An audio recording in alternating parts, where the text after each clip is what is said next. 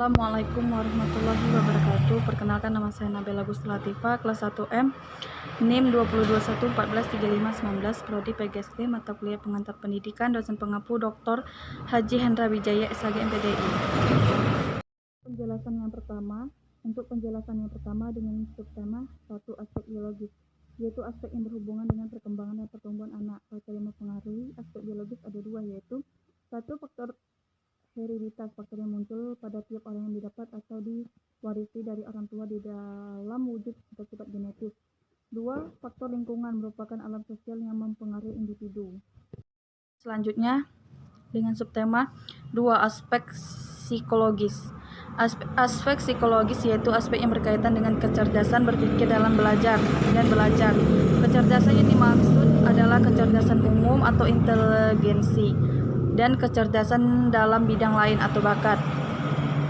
Jean Piaget berpendapat bahwa kecerdasan merupakan internalisasi pengalaman. Aspek ini ada dua komponen yang mendasari, 1. Minat, dan yang kedua kemandirian. Selanjutnya dengan subtema 3 aspek sosiologis. Aspek sosiologis merupakan analisis ilmiah tentang proses sosial dan pola-pola interaksi sosial di dalam sistem pendidikan. Ruang lingkupnya meliputi A. Hubungan sistem pendidikan dan aspek masyarakat lain yang mempelajari fungsi pendidikan dalam kebudayaan, fungsi sistem pendidikan dalam memelihara dan mendorong proses sosial dan perubahan kebudayaan, fungsionalisasi sistem pendidikan formal dalam hubungannya dengan ras, kebudayaan, atau kelompok-kelompok dalam masyarakat. B. Hubungan kemanusiaan di sekolah. C. Pengaruh sekolah pada perilaku anggotanya. Dan yang D.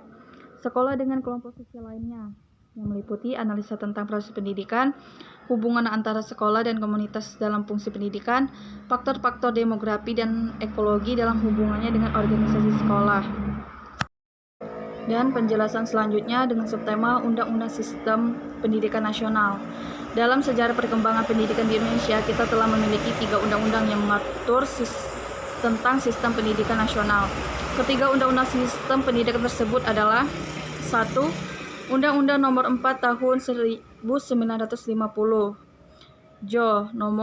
Undang-Undang Nomor 12 Tahun 1954, 2. Undang-Undang Nomor 2 Tahun 1989, dan yang ketiga Undang-Undang Nomor 20 Tahun 2003 tentang Sistem Pendidikan Nasional. Secara implisit menghendaki adanya penjaminan mutu pendidikan dijalankan untuk memastikan pendidikan dapat berjalan sesuai dengan kebijakan yang telah digariskan.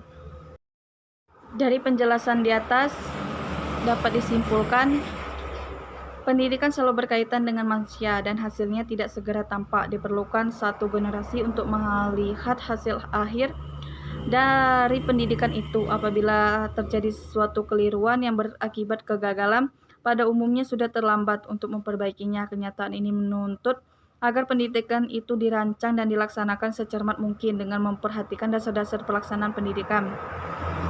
Ada juga sarannya, yaitu melalui adanya pendidikan, anak akan dibekali dengan penalaran, keterampilan, dan sikap makarnya, sehingga anak mampu berkembang dengan lebih baik. Kami berharap pemerintah memberikan sarana dan prasarana pendidikan yang lebih baik agar anak dari usia dini terbekali dengan pendidikan yang layak untuk mereka di hari esoknya.